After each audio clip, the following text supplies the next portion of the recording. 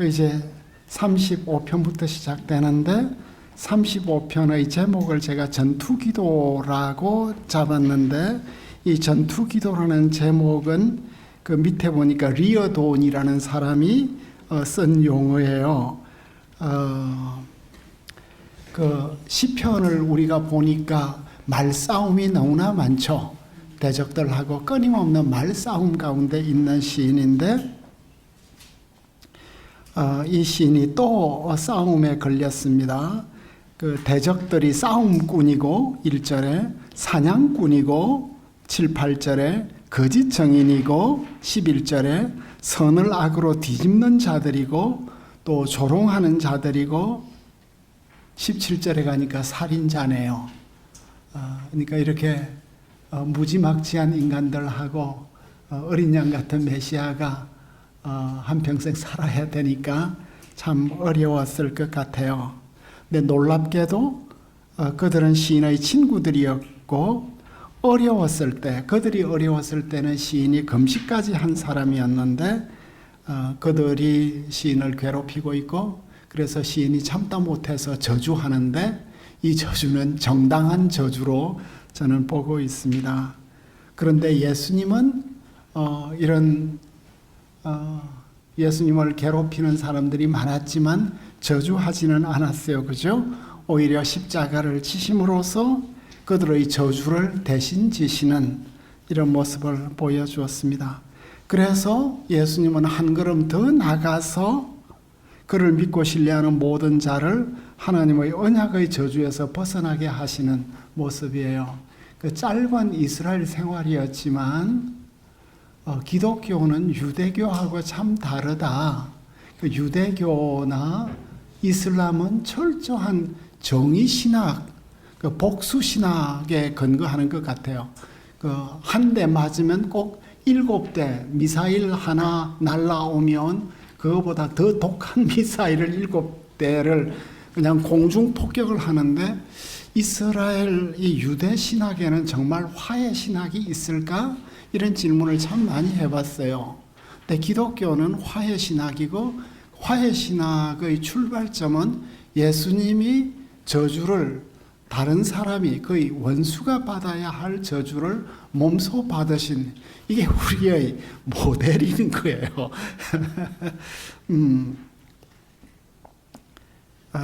그러니까 저주를 몸소 지시는 그래서 하나님하고 화해의 길을 여시는 이 경건을 우리가 35편에서 다시 보는데 35편에 대해서 리어돈이 여러분들의 교재에는 34편의 소리라고 했는데 리어돈은 70인역을 따라서 34편이라고 이야기를 하고 있습니다. 아마 라틴 불가타도 벌게이트도 34편으로 하는 것 같아요.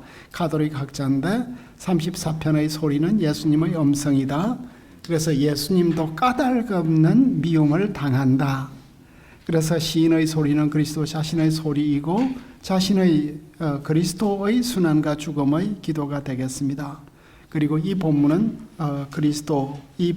그리스도의 기도는 전투 기도이고 그 전투는 예수님의 전투는 죄와 어둠과 파멸의 세력과 싸우는 전투가 되겠습니다. 자신의 의를 세우는 전투가 아니라 죄와 죽음과 음부의 권세와 싸우는 예수님의 전투 기도를 우리가 볼 수 있겠습니다. 예수님은 19절을 인용했네요. 제자들이 세상에서 미움받으면 내가 나를 먼저 미워한 것이다 라는 말씀을 하셨습니다.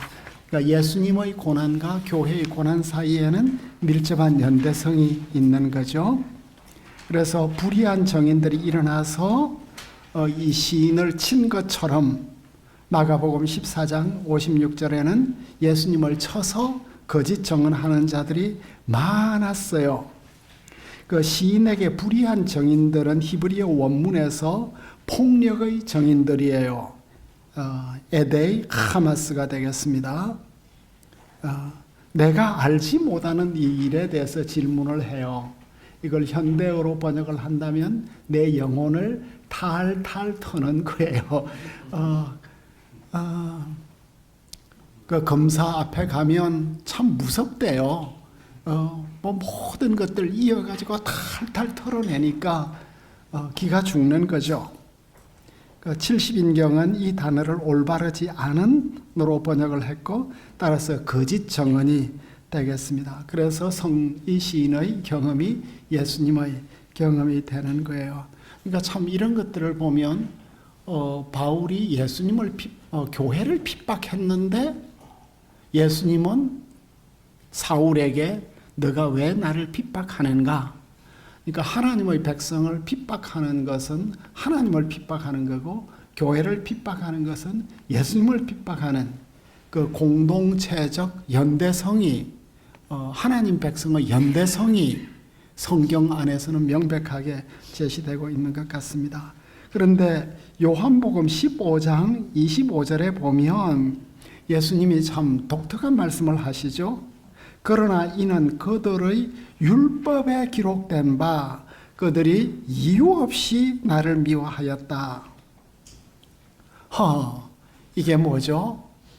예수님께서 왜 시편을 율법이라고 말씀하실까요? 그러니까 시편을 어디 경지까지 올리시는 거죠? 시편을 토라의 경지로 올리는 거죠. 그러니까 왜 우리 선배들이 시편이라고 번역을 했는지 참 이해하기 어려워요. 시경 했으면 시서라고도 안 하고, 그죠? 시경이라고도 안 하고 시편이라고 하는 이 편자가 무슨 편이죠? 이 편은 작품이라는 뜻이에요. 그러니까 시편은 한 편 한 편이 고도의 작품이에요. 근데 이런 게 신약 성경까지 막 이렇게 인용되는 것 보면 이게 성령의 영감이 있는 작품이에요. 근데 까닭없이라는 이 단어가 재밌는 단어죠. 헬라어를 보니까 미세오인데, 미세오는 선물을 뜻해요. 도레아. 그러니까 선물을 까닭없이 주는 거죠. 선물은 거저 주는 거죠. 미움도 거저 이유 없이 주는 거예요.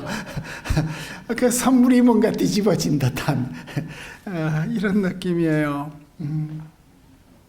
그리고 이제 이 시인의 고백이 나중에 도마의 고백이 되었습니다. 그죠? 도마가 예수님 보고 나의 주님, 나의 하나님이라고, 시인은 나의 하나님, 나의 주여.